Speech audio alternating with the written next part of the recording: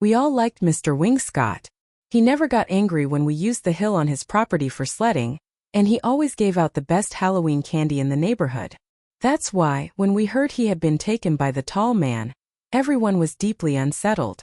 You listening to this probably don't know the tall man, so let me explain. He's been a legend in our town for decades. Those who claim they've seen him say he's more than 8 feet tall, thin and pale, with a smile that feels too polite, almost wrong. My father once told me the tall man is a collector. He collects things. But his favorite objects, he said, are sad people, empty houses, and dreams. I'll admit, he's stolen mine more than once. When Mr. Scott didn't show up to church on Sunday, no one thought much of it. But when Monday passed and he didn't appear at work, where he was a colleague of my dad, rumors began to spread. Some whispered that the tall man had taken him. One boy in my class even claimed he'd seen the tall man staring from Mr. Scott's window. I told my parents what Jake had said, but they only laughed. Every day my friends Tyler, Joe, and I rode past Mr. Scott's house on the way to see our buddy Roy. We never slowed down, never dared look inside the windows, at least not until one night. That evening I had to ride home alone. I tried not to look at Mr. Scott's house as I pedaled past. Almost succeeded. But curiosity got me. I stole a quick glance. All the lights were on. And there in the upstairs window was a face. The tall man watching me. I gasped so hard my foot slipped off the pedal. I wobbled, panicked, and nearly crashed before I managed to speed away. Heart racing, eyes still locked on that pale face in the glass. The next day at school I told Roy and Tyler. They didn't believe me, just as no one had believed Jake. So I knew I had to prove it. That night, the 3 of us pedaled to Mr. Scott's house. And sure enough, he was there. The tall man. Standing in the upstairs window above the front door, watching us. That window was so high that he must have been over 10 feet tall to be visible from it. He looked almost as if he were smiling, but it was a smile twisted by something like annoyance. Tyler fell off his bike. "Run!" he shouted. And we did. We didn't stop until we were blocks away, breathless and trembling, too shocked to process what we had just seen. We came back the next morning, this time with more friends. But the tall man was gone. The day after we tried again, nothing. So we started to wonder. Maybe he only appeared at night. A few days later we tested our theory. We gathered at Roy's basement, ordered pizza, and waited until dark.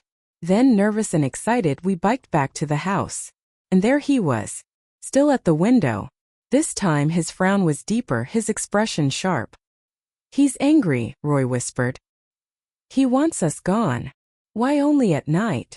Tyler asked. "Maybe he's always there, but we only see him when the porch light is on," Roy suggested with a shrug. That thought chilled us to the bone. The following Saturday we pushed it further. We rode over again, determined to get closer. I even brought binoculars. But before I could use them, Tyler shouted in panic. "Go! Go!" He jumped on his bike and raced off. We caught up with him blocks later. "What happened?" I demanded. His face was pale. "He looked different," Tyler stammered. "Different how?" Roy asked. "I don't know. Just wrong. Angry. Sick. I don't want to go back." Days later we finally convinced him to return, but only if his older brother Matt came with us. Matt didn't believe a word of our story, but he agreed. That night we rode to the house once more. And sure enough, the tall man was there. Matt squinted, stepped off his bike and walked closer. Closer than we had ever dared. He marched up the stone path, climbed the porch steps and stood right at the door. We held our breath. Suddenly he stumbled back, gasping. "That's not the tall man," he said. "Call the police. Now." And he was right. When the police arrived, they forced the door open. Inside, hanging from a ceiling lamp in the living room, was Mr. Scott's body. He had been dead for days. The figure we had seen in the window wasn't some ghostly collector.